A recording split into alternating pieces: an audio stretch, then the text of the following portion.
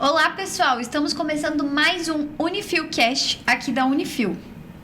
E eu sou o Alander. Hoje vamos estar conversando sobre um assunto muito importante e um assunto atual que está atacando várias regiões do Brasil, que é a epidemia da dengue. Eu sou a Giovana e hoje a gente tem um participante super especial aqui que sabe um pouquinho mais sobre esse assunto. Vamos deixar ele se apresentar. Bom, pessoal, tudo bem? Meu nome é Jackson, sou professor ali na Unifil, sou biólogo de formação e atualmente estou lecionando nos cursos de Ciências Biológicas e Biomedicina. Seja muito bem-vindo, professor. Que Obrigado. Você fique aqui com a gente, passe um pouco da sua experiência e informação para a gente e para o público. Então, vamos começar. Primeiro, conta um pouquinho da sua trajetória pra gente, um pouquinho de quais cursos você participa lá no Unifil. Bom, a minha história ela é longa na Unifil, tá? Eu estou há 21 anos na Unifil. Bastante. Cheguei lá como um estagiário, fui recebendo vários treinamentos, fui fazer treinamento fora da Unifil e conforme os cursos iam sendo montados, a própria Unifil me mandava para fora, para outras instituições onde eu ia fazer cursos para estar aprendendo a trabalhar tanto na área da saúde, né, com a parte de anatomia humana, quanto a parte de anatomia animal, montar os cursos de agronomia, veterinária, montar a estrutura de laboratórios. Então eu fiz vários treinamentos fora da Unifil, ficava um tempo dentro de outras instituições e depois disso eu vim implementando esses laboratórios ali dentro da Unifil. E com isso eu fui fazendo o curso de Ciências Biológicas, que ele é bem antigo dentro da instituição, e fui adquirindo essa experiência dentro da minha carreira. Legal. É uma carreira bem complexa, com bastante bagagem, né? Eu posso dizer que eu aprendi bastante. Lá foi uma das maiores escolas para tudo, tá? Tanto acadêmica, quanto para a vida, como profissional, como pessoa, como ser humano. Legal. Professor, e para quem está nos ouvindo, vamos direto ao ponto. O que seria a dengue? Bom, a dengue é um arbovírus, né? Quando a gente fala arbovírus, a gente está falando sobre as doenças que são transmitidas por insetos. A gente tem várias doenças, como a febre amarela. Então, a dengue ela é uma doença febril, tá? Aguda. Ou seja, ela tem um curto espaço de tempo, só que é muito intensa. A pessoa sente muito durante esse período os sintomas da dengue. A dor, a febre, a ânsia de vômito. E às vezes pode levar para casos muito mais sérios que a dengue hemorrágica. Nós temos dois tipos de dengue. A dengue clássica e a dengue hemorrágica. E durante esse processo acontece de ter o sintoma clássico da dengue de monitoramento laboratorial, que é a queda de plaquetas. Geralmente hoje a gente vê muito, fala assim, nossa, baixou muitas plaquetas. E a gente vê até entre colegas, né? Olha, baixou as plaquetas, ele precisou ser internado, ele precisou tomar sangue. Então, a dengue, como características, ela apresenta nessa fase aguda que ela tem, dessa queda drástica de plaquetas que pode estar prejudicando seriamente a pessoa, levando até a morte. Ela é uma doença bem complicada, né? Com certeza. Agora vamos falar um pouquinho sobre o causador da doença, né? Quem é o agente etiológico da doença, da dengue, né? E que tipo de vírus é esse? Bom, o agente etiológico da dengue é o próprio vírus da dengue. É um vírus, ele é composto de RNA com uma proteína. Tem uma imagem aí que vai estar passando na tela, que a gente tem o vírus da dengue exemplificado. E nesse processo, né, o vírus por si só, ele não tem vida. Ele precisa estar dentro de um organismo vivo para ter a vida. Então, nesse processo, alguém adquire a dengue, tá? A gente tem dois tipos de dengue, tá? A gente tem a dengue urbana e temos a dengue silvestre. Tá? A dengue silvestre no Brasil ela não acontece. Já, porém, na África acontece a dengue silvestre. A dengue silvestre ela pode estar vindo para a área urbana, que foi isso que provavelmente aconteceu lá no passado. A dengue chegou no Brasil pelos navios negreiros, tá?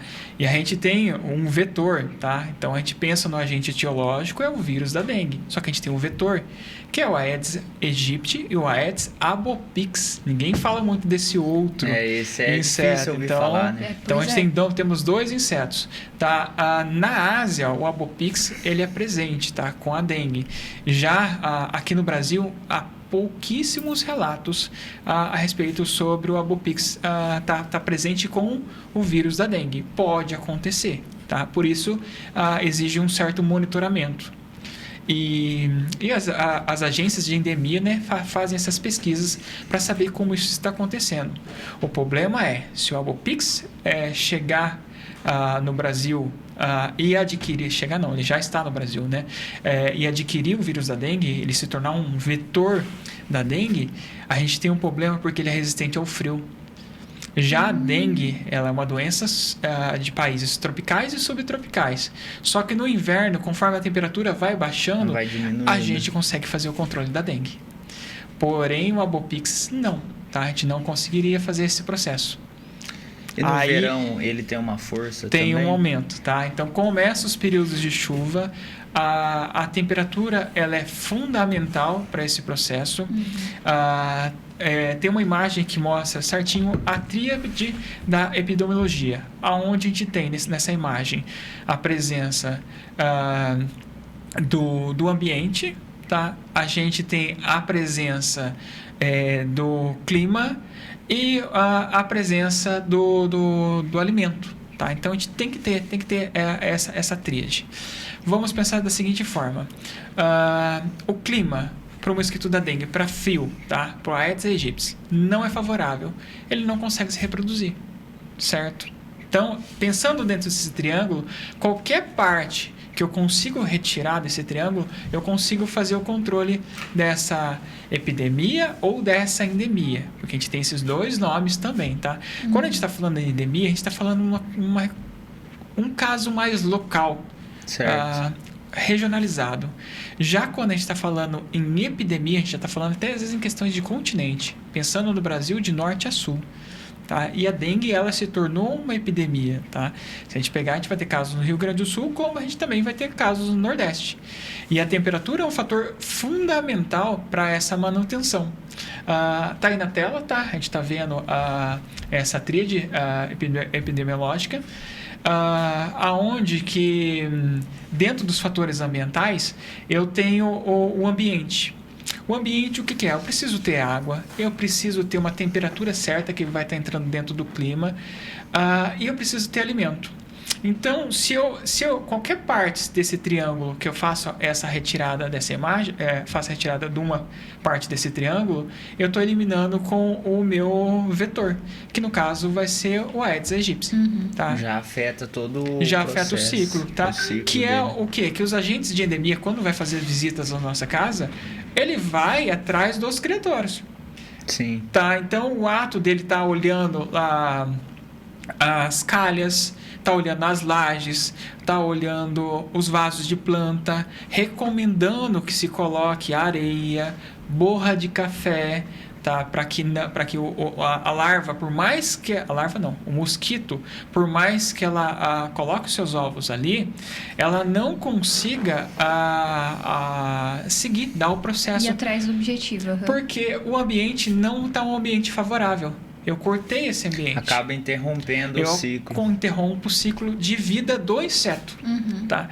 Quando eu estou falando no clima, eu posso ter um ambiente. Às vezes eu posso até ter uma fonte de água ali, mas a temperatura não está ideal para estar desenvolvendo. Por mais que os ovos estão ali, a temperatura está muito fria, estamos atingindo uma média de 18 graus, então não vai, a gente não consegue. Por isso a gente consegue fazer esse controle. E por isso, dificilmente a dengue ela pode se tornar uma pandemia, igual foi com o Covid. Porque ela se limita dentro dessa faixa de temperatura na escala do planeta. A gente não pode pensar só no Brasil. A gente tem que pensar no Brasil, tem que pensar no Equador, tem que pensar no Chile. Passamos para o outro continente, provavelmente veio a dengue com os navios negreiros. Então a gente pensa na África e a gente continua a escala para a Ásia, por exemplo, na Tailândia. Tá? Aonde, conforme eu já falei, na Tailândia, na região da Ásia, nós temos a presença do Albopix. Legal. Professor, e uma dúvida que eu já ouvi de muitas pessoas, já ouvi muita gente comentando, a dengue ela pode ser transmitida por um abraço, por um beijo, por sexo, porque tem muita gente que acaba comentando isso, que a pessoa está com dengue, evita abraçar ela, beijar, cumprimentar. Como que é isso? Bom, é interessante essa questão que você está fazendo. Por quê? O primeiro dia aonde que antes de começar a manifestar os sintomas da dengue, a pessoa pode estar aqui. Às vezes vocês dois podem estar com dengue aqui, vocês nem sabem, e a partir da manhã vocês começam a sentir o sintoma. Só que neste dia, por exemplo, como citando agora, vocês não estão com sintoma nenhum, mas vocês estão transmitindo a dengue. E será que por um abraço, por um aperto de mão, por algum fluido corporal, poderia estar se transmitindo? Não, tá? A única exceção que a gente abre é para o sangue. Tá? Quando vai fazer, por exemplo, você vai fazer uma doação de sangue, existe um protocolo que é feito para analisar, porque sim, pode se transmitir. Só que por outras vias, por um beijo, por lágrimas, pela urina, por outros fluidos corporais, não, a gente não consegue transmitir. Então um abraço, um beijo, não vai estar transmitindo. Se a pessoa beber água no próprio copo, trocar cerveja ou qualquer outro tipo de bebida, não vai ter a transmissão do vírus da dengue. É importante Legal. saber disso, né? E outra coisa que muita gente pergunta também é sobre pegar a dengue mais de uma vez. Se sim, quantas vezes a pessoa consegue pegar? Isso aí tá sendo comum, né? A gente vê agora, né? A gente vê falando assim, olha, peguei dengue pela primeira vez, peguei pela segunda. E é importante isso, porque quanto mais a gente pega dengue, mais chances a gente pode estar tendo. É muito relativo com a imunidade, a idade da pessoa, tá? Mais chances de a pessoa poder chegar à dengue hemorrágica, que é a fase mais crítica, mais perigosa que a gente acaba tendo. E dentro dessa questão, a gente pode pegar a dengue até 4 vezes. A dengue ela é dividida em 4 números: DN1, DN2, DN3, DN4. Então, existem 4 tipos que pode estar rodando, tá? Eu acho que o Instituto Oswaldo Cruz, a Fiocruz, né? Ela faz essa pesquisa na população para saber qual é o vírus que está principal rodando. Mas uma vez que você pegou dengue, tá? E esse é um dos fatores também que dificilmente a dengue pode virar uma pandemia, que uma vez que você pegou, você adquiriu imunidade para ela. E você adquirindo imunidade para dengue, você não pega mais aquele vírus. Se você pegou a dengue 1, você não vai pegar mais. Você pode pegar o 2, o 3 e o 4. Se você pegou, por exemplo, o 3, você só tem chance de pegar o 2 e o 4. Certo? Professor, e conforme a pessoa vai pegando a dengue, vai pegando o vírus, cada vez que você pega, os sintomas se manifestam de uma forma mais agressiva ou não? Varia bastante. Pode se manifestar de uma maneira mais agressiva, mas varia bastante. Vai muito da imunidade. Tá? Como que a imunidade da pessoa estava naquele momento? Por exemplo, sim. A gente tem pessoas que adquirem a dengue, né? E apresenta características assintomáticas. Porque o sistema imune dela está tão bom que às vezes vai sentir uma dorzinha de corpo, uma dorzinha de cabeça, só. Mas ela pegou dengue. Então, se a gente for fazer os exames de diagnóstico posteriores, a gente consegue saber. Assim, você pegou dengue, mas eu não tive sintoma. Entendeu? Então, existem pessoas que são assintomáticas, mas isso é muito relativo de qual que é a idade da pessoa, qual que é a condição da pessoa, qual que é a imunidade da pessoa. E você já comentou, ainda bem que ela não consegue se tornar uma pandemia mundial, né? Perfeito. Isso favorece muito, né? Sim. Sim. Quem já pegou dengue, eu não sei se vocês já pegaram. Eu, por Não. exemplo, há 2 semanas atrás... Também não. 2 semanas atrás eu estava com dengue. Nossa. Senti um pouco, já é a segunda vez que eu Então pego você dengue. é experiência própria dos sintomas. Estou me adaptando, né? Estou retornando de um ciclo de dengue. Aí os sintomas que eu tive, né, são sintomas clássicos, né, que a gente sente uma pressão, né, nos ossos parietais, na cabeça, né, a febre ela é característica, a pessoa sente febre. Detalhe, tá até passando os sintomas. Isso, tá na tela. A gente começa a sentir esses sintomas a partir do 2º dia. Tá? Que a gente o vírus ali já começou a se replicar. Detalhe, tá? O mosquito infectado, e é importante citar nisso, tá? Então, o mosquito infectado, tá? Que picou uma pessoa com dengue, aí ele vai lá, pica outra pessoa com dengue, certo? Aí ele transmite. Então, o mosquito ele leva um certo tempinho para ele estar se infectando também. O vírus precisa replicar nele também, que vai de 1 a 3 dias o processo de replicação do vírus no inseto. Depois disso, se ele pica você, vai de 1 a 15 dias, tá? Desculpa. de 5 a 15 dias, tá? Para manifestar os sintomas em você. Varia-se entre 5 a 9 dias essa faixa que fica a pessoa apresentar os primeiros sintomas, Certo. que é a dor de cabeça, a dor no corpo, depois vai evoluindo para o vômito, para a diarreia e cada vez mais. E é importante citar que a dengue, o importante é a gente se hidratar. A hidratação ela é muito fundamental, importante, né? tá? A característica que me passaram logo quando eu fui atendido é hidratação.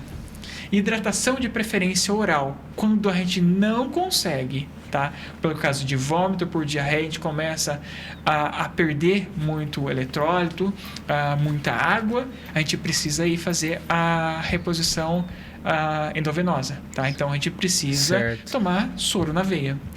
E atrás de se hidratar, né? Exatamente. O que aconteceu comigo, tá? Foi atendido e passaram 4 litros de água, tá? Mais 2 litros de soro.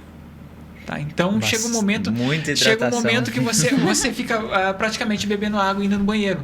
Sim. Só que e interessante que depois eu passei, tá, para fazer o retorno no hospital, e eu peguei e falei assim: seus sintomas não foram tão fortes em relação aos demais, porque você está conseguindo controlar somente com água.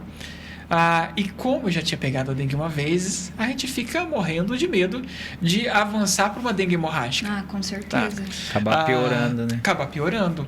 E aí, o processo, eu usei uma disciplina praticamente militar ali, ó, seguindo passo a passo, cumprindo com esse volume de água e de soro.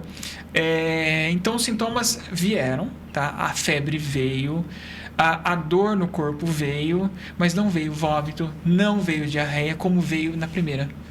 Então, a atenção que eu acabei dando, e os próprios médicos falaram assim, Deus parabéns por estar seguindo esse protocolo. É muito importante. E eles comentaram, falaram assim, pessoas que não estão conseguindo estão ficando internadas aqui dentro. E o importante e fundamental, você pegou dengue, faz repouso, tá? Por quê? Não tenta se exercitar, não esforçar. Uma que você não vai conseguir. A febre vai te derrubar. Tá? Mas a gente consegue tomar um remédio de febre e fazer esse controle da febre. A gente acaba tirando os sintomas ali. Mas faça o repouso porque a dengue ela vai estar agindo. O vírus vai estar se replicando dentro de você. E os sintomas, por mais mascarados que estejam na questão de febre, dor no corpo, mas a queda de plaquetas, ela vem. E às vezes a pessoa não observa isso. Então, é importante e fundamental fazer a hidratação e o repouso. E o repouso é interessante que você faça também, porque você não seja um agente transmissor da dengue. Porque Sim. Você indo no trabalho, você indo para a escola, você saindo, você não obedecendo esse processo, vai acabar piorando, né? Um mosquito que te pica, que não estava infectado, ele passa a estar infectado. Ele pode estar transmitindo para outras pessoas. E aí, esse ciclo a gente não consegue controlar. Acaba aumentando a população. Tá? Vou pedir para puxar a imagem da tríade da epidemiologia. Só passa fazendo um favor mais. Acho que está para trás. Traz mais um. Isto, tá? A gente tem a tríade aí do processo, tá? Isso aqui serve para qualquer tipo de doenças, tá? Então, a gente vai ter o hospedeiro, que é a pessoa que está com dengue, tá? Ou seja, que tá hospedando ali. O agente patógeno, né? Que vai ser a própria dengue em si, tá? Então, temos o ser humano, temos a dengue e temos os fatores ambientais que mantêm toda essa estrutura. Essas 3 bolinhas, elas precisam se reunir. Só que, se a gente controlar o vetor, quem é o vetor? O mosquito da dengue, a gente controla toda a doença. Por isso, a questão das pessoas irem até na casa e pedirem para olhar a nossa geladeira. Porque muita gente não sabe, mas aquelas geladeiras que acumulam água, que quando você descongela ela derrama água, atrás dela tem um recipiente, aonde fica ali próximo do compressor, aonde ela recebe esse acúmulo de água. E ali passam umas tubulações que aquecem, mas às vezes não é suficiente. E nesse processo, o mosquito vai lá e bota o ovo dentro da sua casa. Você tem todo o cuidado dentro do seu quintal, colocando, olhando os vasos, evitando, cuidando das calhas, cuidando da laje. Mas dentro da sua casa é um lugar que geralmente as pessoas não olham. Sim. Muito e ali perigoso, se desenvolve. né, Nossa, essa da geladeira. E você vai estar morando com o inimigo dentro da sua casa. Eu não fazia Pois ideia. é, dentro de casa mesmo. Dica super importante. Tá. Outro local que é muito comum de se encontrar larvas são os ralos. Por exemplo, você tem um banheiro na sua casa e você não utiliza ele com muita frequência. E ali, o ralo, ele tem um sistema a gente chama de sistema sifão,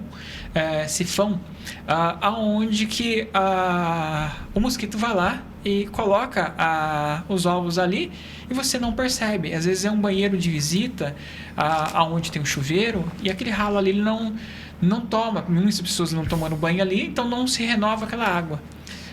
Uma porque o shampoo, o próprio sabonete vão fazer com que a larva, que caso tenha ali, né, ela não sobrevive. Lembra? A gente tem a questão ambiental. Sim. Então, se o ambiente não está legal, o vetor ele não consegue sobreviver. Acaba não desenvolvendo. Não desenvolve. Pois é.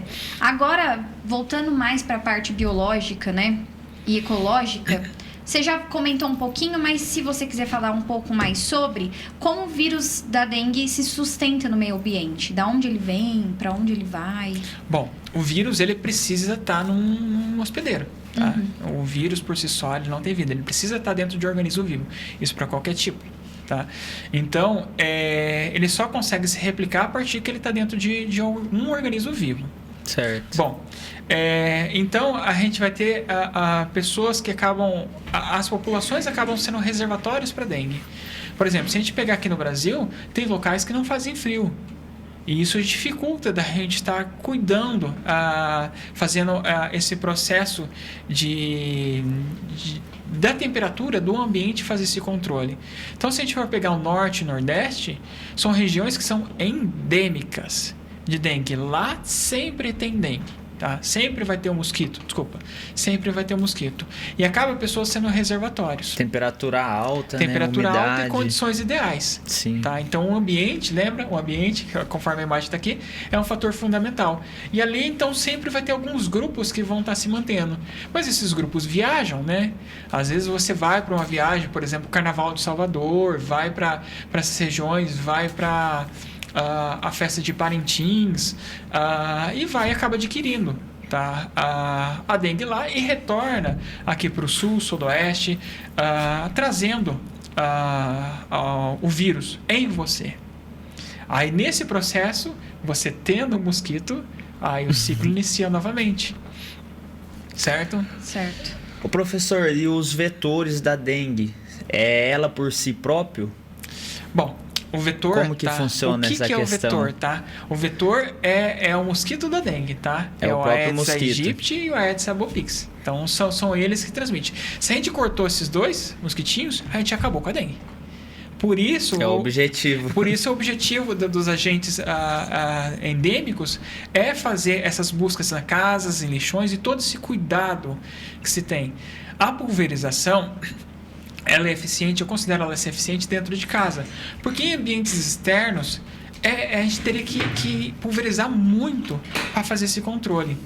Então, geralmente, quando faz o diagnóstico, por exemplo, no seu bairro, uma pessoa com dengue, os agentes eles vão lá e começam, naquela região, a olhar se tem focos de criatórios para o mosquito.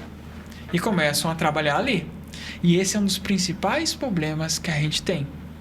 Porque as pessoas não cuidam, tá? Não. Recentemente eu passei próximo de não vou falar o bairro, mas uma borracharia, onde que tinha milhares de pneus a céu aberto cheio d'água. Tá? Então, eu não sei como que faria, né? Aí a prefeitura teria que realmente estar atuando. Sim. O proprietário ou ele cobrindo isso daí. Não pode, hipótese alguma. A gente fala muito sobre pneu, mas a gente tem que olhar para as nossas calhas, tem que olhar para nossas lajes. Tá? Uma calha com folhas ali, ela acumula água. Uhum. Ela acumulando água, eu consigo fazer o ciclo do mosquito, tá? Então, o mosquito ele vai lá ele vai botar o ovo, ele não bota o ovo na água, ele bota na linha d'água, tá? Aí vem a chuva e os ovinhos, eles ficam ali de média de 3 a 6 dias. Esses ovinhos, eles começam a eclodir. E a dengue, ela tem 3 fases. Eu vou pedir para puxar a imagem, fazendo favor. Puxa um pouquinho mais para frente. Pode puxar. Tá mais para o finalzinho. Isto. Volta só fazendo favor. Tá? Olha lá, eu tenho os ovinhos, tá? Aí tá de 2 a 3 dias para eles eclodirem, tá? Só que o mosquito, ele vai lá e bota o ovo. Uhum. Então, enquanto não se atingiu essa linha d'água, ele não vai evoluir para a larva. A larva vai lá, ó, de 5 a 10 dias para ela sair do estágio de ovo, tá? Para a larvinha. Volta a imagem, fazendo favor, da larvinha. Essa larvinha, nesse estágio que ela está, ela se alimenta. Então, a gente precisa de água limpa e com alimento. E ela se alimenta de protozoários, ela se alimenta de matéria orgânica. Então, eu tenho que ter algumas condições para ela também. E existe Não é qualquer tipo de água que ela consegue Exato. E existe um procedimento, por exemplo, que a gente faz nas nossas geladeiras. Porque é essa larvinha ali que eles encontram dentro da nossa geladeira, tá? Não dentro da geladeira. Na parte de trás daquela geladeira que acumula gelo e quando derrete vira água. Então eles encontram. É só você jogar detergente. Lembra que eu falei do shampoo, do sabonete, quando a gente está tomando banho? A água que fica ali, ela não oferece condições. O ambiente, a gente volta lá no triângulo, lá do começo, o ambiente não oferece condições. A temperatura está ideal, tá? Então o clima está ideal, tem o alimento, mas o ambiente não é favorável. Tá? O ato de me jogar uma água sanitária, também eu faço esse controle. Tem muita gente que tem aquelas calhas de chuva subterrânea, tá? Que passa por debaixo da casa. Ela entra, cai numa grelha, né? E passa por debaixo da garagem, por algum lugar. Ali também acumula. E um dos detalhes disso é você estar jogando água sanitária, água com sabão, ou deixar um sabão em pó ali, para quando a água vir, ela já vai pegar e vai mudar o pH e vai estar matando essa larvinha. E não ficar um ambiente favorável, não criar condições pro vetor estar se desenvolvendo. E são pontos muito importantes, né, para todos. E existe uma estratégia que a gente faz com a dengue, porque às vezes a gente quer evitar os criatórios, certo? Só que se a gente tiver trabalhar de forma disciplinada, a gente pode ter criatórios e nesses criatórios a gente não deixar cumprir o ciclo. Imagine, a mosca, ela precisa se reproduzir, certo? Ela se reproduz com as suas espécies por meio dos ovos. Os ovos vão virar larvas. Se eu deixo um recipiente, e eu tenho que ter essa disciplina, na minha casa, e deixo chegar nesse estágio de larvas, aí quando está nesse estágio de larvas, eu vou lá e jogo uma água sanitária, quantos milhares de mosquitos eu matei? Muitos. É uma forma legal de controlar. É uma forma de controlar, só que isso exige disciplina. Sim. Muita disciplina. Seria uma Porque armadilha. se eu não fizer... É uma armadilha. Se eu não fizer isso daí, milhares de mosquitos eu vou estar lançando para o meio ambiente. Tá? Então, é uma das estratégias que a gente acaba utilizando. Existem estratégias que são biotecnológicas. Por exemplo, eu não lembro qual instituto brasileiro que desenvolveu mosquitos que não conseguem se reproduzir. Tá? Então, acontece o período de reprodução. Detalhe, tá? Quem pica a gente, né, é a fêmea. E detalhe, tá? Não sabia disso. Eles não. O mosquito da dengue, ele não precisa de sangue. Ele é hematófago? Ele é. Ele precisa de sangue? Não necessariamente. Ele se alimenta de néctar, tá? E seivas de planta. É diferente do outro que a gente está acostumado. Não, continua. É o mesmo mosquito da dengue. Ele se alimenta de néctar e seiva de plantas. Porém, a fêmea, para nutrir os seus ovos, precisa de sangue de mamíferos. Tá? Precisa dos hormônios que circulam na nossa circulação. Aí por isso que ela acaba picando a gente. Detalhe também, tá? A respeito sobre o mosquito. Quando o mosquito ele vai picar a gente, tá? Ele ejeta saliva ali na nossa pele. A saliva dele tem alguns anestésicos e anticoagulantes. Então, quando ele coloca o aparelho bucal dele, ele já colocou a saliva. E nesse processo que geralmente acontece os processos de infecção com o vírus. Se ele está contaminado, é nessa saliva que transmite o vírus para a gente. Então, ele vai colocar a saliva, vai colocar o aparelho bucal. E por que ele coloca a saliva? Porque vai dar uma anestesia. E a gente não vai sentir ele picar a gente. A pessoa não perceber. Não percebe. E detalhe, na saliva dele também tem um anticoagulante. Por quê? As nossas plaquetas estão altas.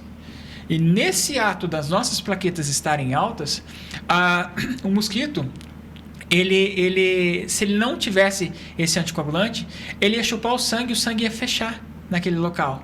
Ah, sim. Então, ele vai estar succionando, né, chupando esse sangue, de vez em quando ele vai soltar um pouquinho de saliva para que esse sangue ele não se feche naquele canal.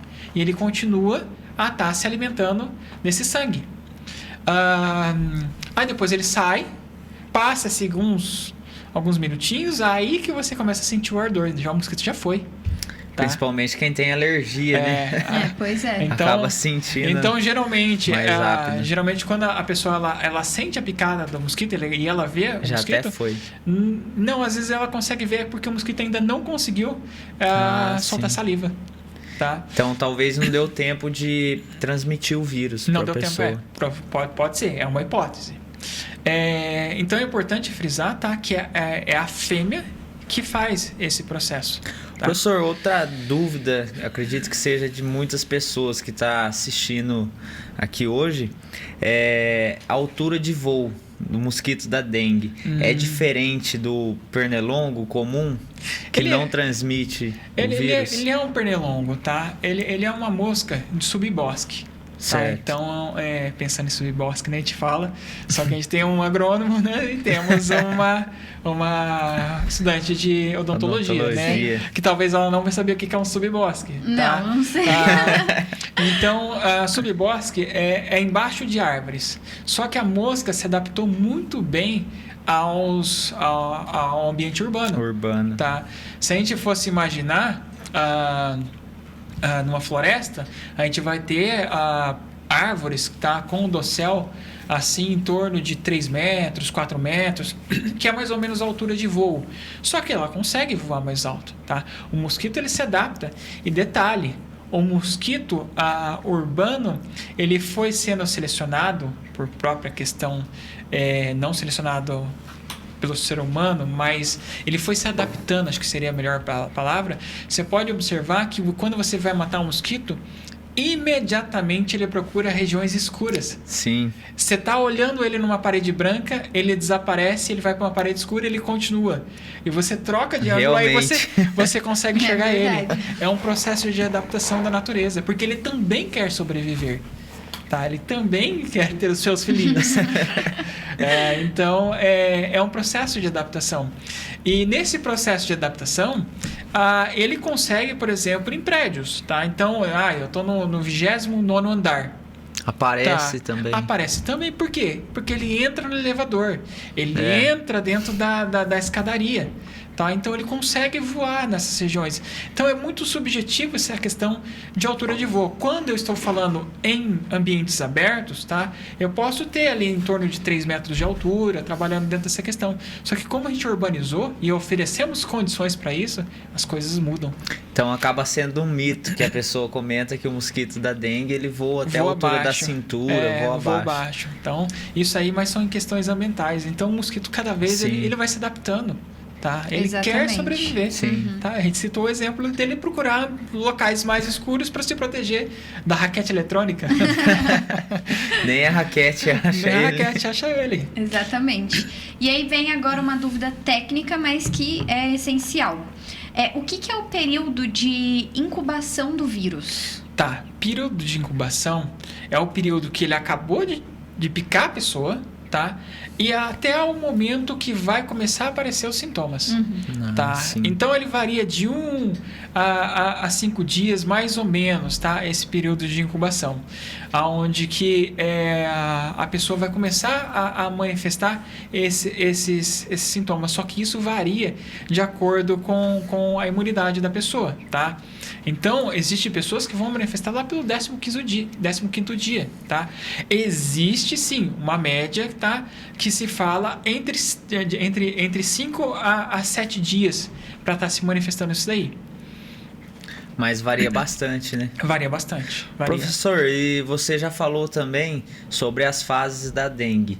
Entrando um pouco para a parte do diagnósticos. Qual que é os exames que estão sendo mais utilizados hoje em dia? Bom, o diagnóstico clínico, tá? Eu vou comentar sobre o meu caso. Eu fui diagnosticado clinicamente. O exame laboratorial deu negativo. E eu questionei a médica a respeito. Eu falei assim, mas como está negativo, sendo que estou apresentando todos os sintomas característicos? Ele falou assim, ela comentou, tá, que o NS1, né, que é a técnica que é utilizada para fazer o diagnóstico, varia muito a partir do momento que você entra com o período de contagem. Porque você conta o primeiro dia de sintoma é contado como dia 0. E se você não coletar dentro daquela janela específica, o exame não pega, tá? Ele não é detectado. Mas os sintomas clínicos ali do médico te avaliando são sintomas claros de dengue. E detalhe, tá? E como a gente está numa epidemia, é um outro professor, é um outro aluno, é o meu vizinho, é o meu pai, que hoje está com dengue, está se recuperando da dengue, tá? E aí a gente tem um exame laboratorial que é crucial, que a gente começa a ver a diminuição das plaquetas, que aí é um problema sério com a dengue. Tá? Que a gente vai baixando, que as plaquetas elas variam em torno de 150 mil a 300 mil, mas a gente vai baixando essas plaquetas abaixo abaixo desses números, 100 mil, 80 mil, 40 mil, como é o caso do meu pai, que está com 40 mil, está com um período de atenção. Baixa muito. Tem gente que está com 9 mil plaquetas. Nossa. Eu conheço colegas de trabalho que precisou tomar sangue. Tá? Precisou fazer reposição de plaquetas, precisou tomar sangue, porque baixou demais. Chegaram nos pontos de não obedecerem os sintomas, tá? E irem trabalhar e estarem com o nariz sangrando, tá? Para começar a sangrar. E esses são os indicativos da dengue hemorrágica. Nós temos a dengue clássica, tá? Que é a dengue comum, que a gente vê que são sintomas clássicos: vômito, diarreia, febre, dores no corpo, vermelhidão, tá? Mas a gente pode estar evoluindo para dengue hemorrágica. E um detalhe importantíssimo quanto à dengue, tá? Que ela baixa as plaquetas, certo? E aí, nós temos alguns medicamentos que a gente acaba tomando para dengue. Eu ia te perguntar isso. Para cortar febre, tá? Eu vou tomar um medicamento, vou tomar dipirona, beleza, tá? Vou tomar Tilenol, beleza. E o ácido acetil salicílico? Tá? O ácido acetil salicílico ele tem uma característica de afinar o sangue. E até uma recomendação: em caso de dengue, corte o uso desse medicamento. Então, se você pesquisar, você vai ver isso. Por quê? Porque aumenta significativamente a chance da pessoa evoluir para uma dengue hemorrágica. Nossa. Por causa do medicamento. E muita gente toma o ácido acetil salicílico porque ele vai tirar a sua dor de cabeça, vai tirar a sua dor no corpo. Então a gente tem que tomar cuidado com esses medicamentos. E um outro tipo de problema que a gente acaba tendo: pessoas que têm trombose tomam anticoagulante. O que é isso? Tá? O sangue ele vai criando trombos, vai criando aquelas varizes, e a pessoa ela acaba sendo necessária, ou tem alguns problemas cardíacos, e ela acaba sendo necessária fazer o tratamento com esses anticoagulantes, que são para afinar o sangue. Aí o vírus da dengue já faz isso. Aí o problema é sério: se a pessoa está com o vírus da dengue tomando esses medicamentos, ela pode virar óbito. Por Nossa, isso que a é muito dengue, perigoso. ela é Piorar séria. bastante, Ela né, é séria. por conta desses Ela é remédios. séria, mas é fundamental a gente estar avaliando, estar olhando, indo ao médico. Eu vou fazer o tratamento em casa. Vai ao médico, faz o diagnóstico, faz o exame de sangue, segue o protocolo, porque ela vai passar. Ela Agora, passa. entrando nessa parte quando foi confirmada a infecção, qual que é o tratamento recomendado que você fala pro pessoal que está assistindo a gente hoje? Tem alguma orientação especial que você dá? Que você falou que em certos exames não é detectado, né? Isso. Mas por conta das plaquetas e Isso, tudo. as plaquetas é um dos modelos que a gente acaba pegando, tá? Quando a gente falou sobre o NS1, tá? Eu estava falando a respeito sobre um modelo de diagnóstico, tá? Então eu tenho aquela janela específica. Existe um outro tipo de exame, tá? Que eu posso fazer exame por DNA, tá? Por PCR. E aí eu consigo detectar tranquilamente o vírus da dengue e consigo detectar até qual dos 4 tipos que é. Tá? Aí eu consigo saber. Então, tudo só que são exames, padrão ouro, é caro, muito caro, tá? A respeito disso. O NS1, tá? É aquele teste que a gente acaba fazendo geralmente quando a gente está na fase da dengue, tá? Estamos com os sintomas da dengue, tá? Mas, porém, existe um teste que é feito, que é muito comum nos postos de saúde, as enfermeiras, os técnicos estarem fazendo, que é o exame da prova do laço. O que é isso? Você já deve ter ouvido falar, eu fiz o exame da prova do laço. Como que é? Existe o aparelho de pressão, tá? Eles vão medir, vão aferir, tá? Aquele aparelho é o esfigmomanômetro, tá? Tem um nome diferente, nome difícil até, né? Difícil e diferente. Mas eles vão estar pegando e vão estar medindo, aferindo, né? Aferindo a sua pressão.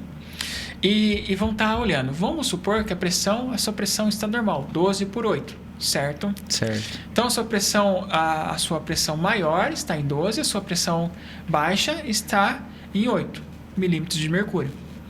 A gente faz a soma desses dois valores, tá? Então, 12 mais 8 é igual a 20, certo?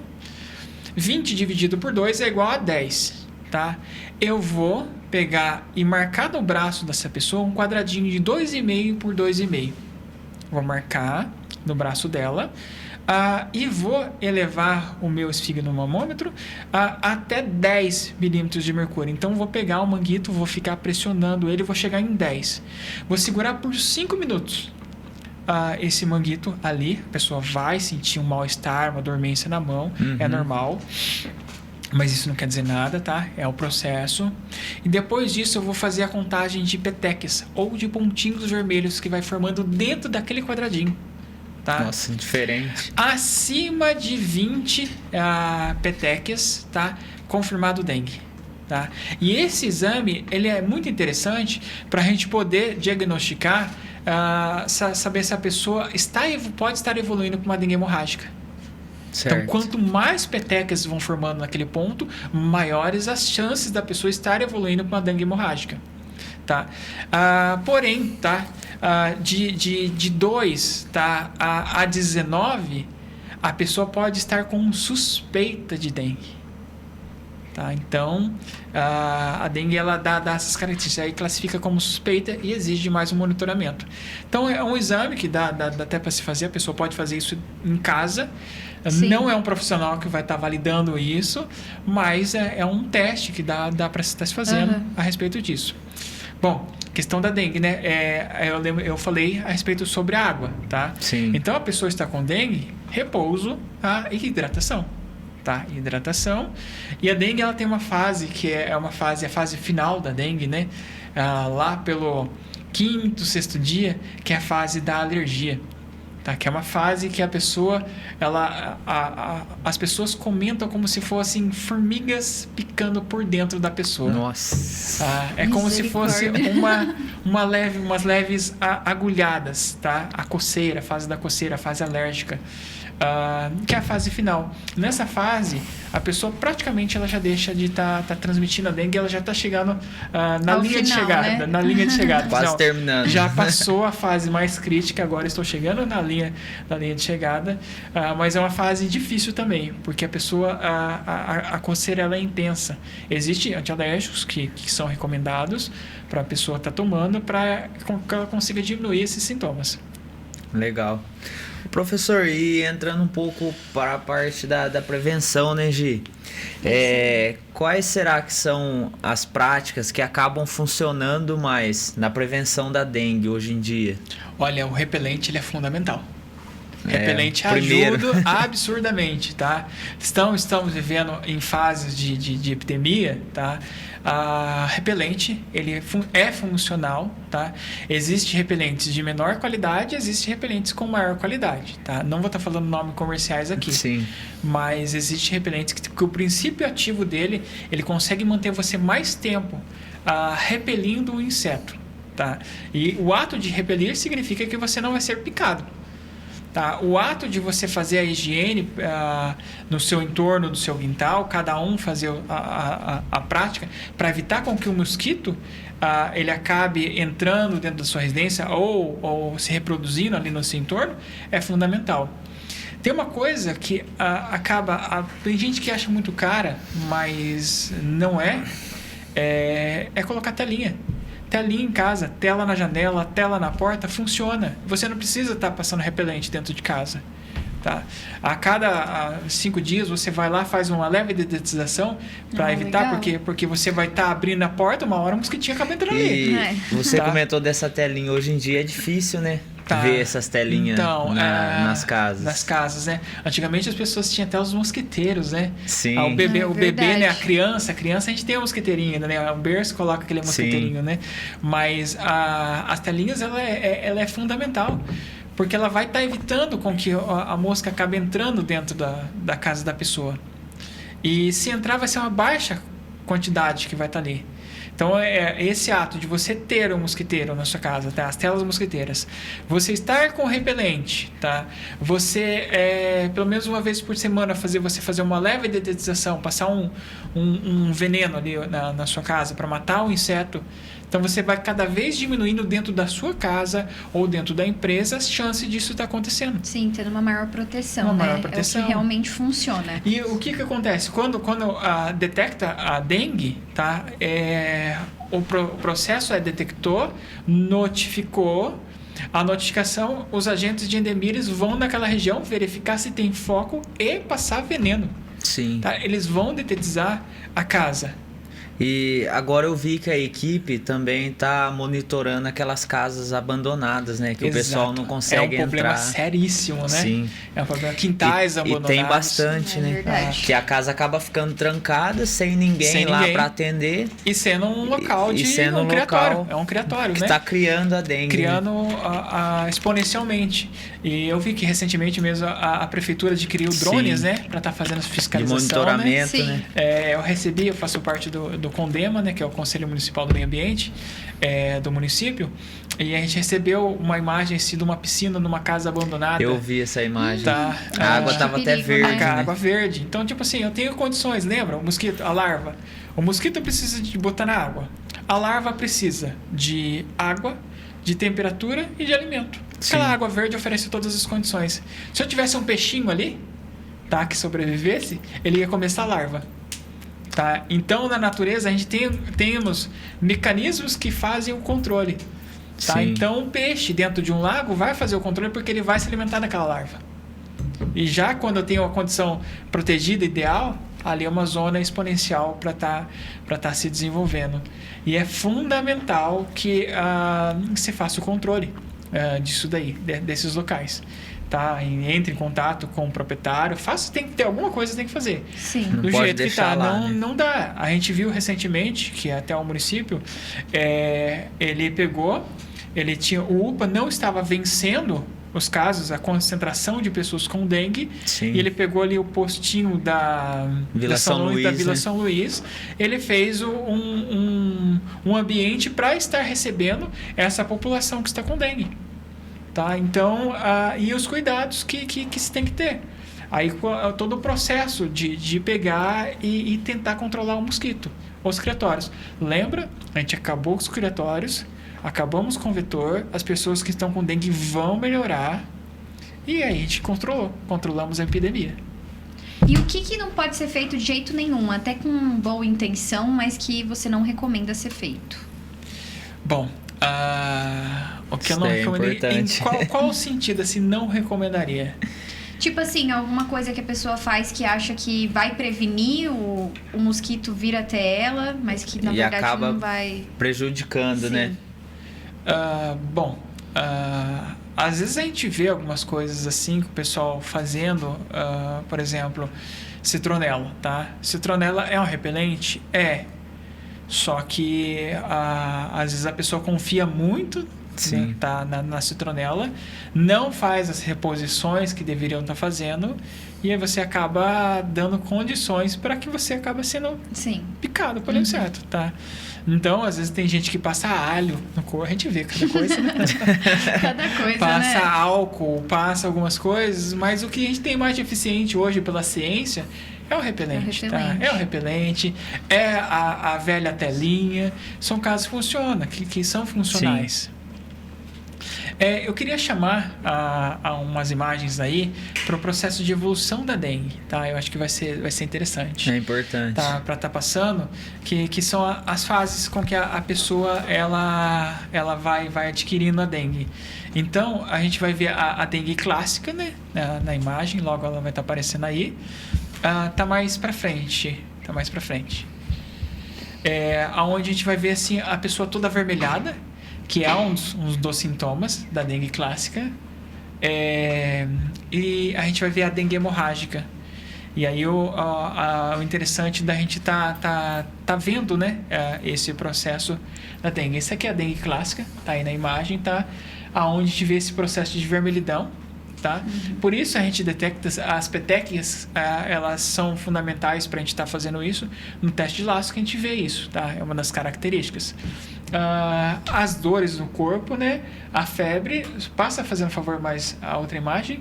Por favor, olha aí a dengue hemorrágica, tá? Nossa, a gente vê muito lá, mais sério. É muito mais sério, tá? E o que é isso? É hemorragia. A pessoa está sangrando. Às vezes sangrando por órgãos internos que você acaba não vendo. E as fortes dores abdominais, sangue nas fezes, sangue na urina, a gengiva sangrando, nariz sangrando, tá? Aqui nessa imagem que a gente tem no canto inferior esquerdo, tá? A figura 7, tá?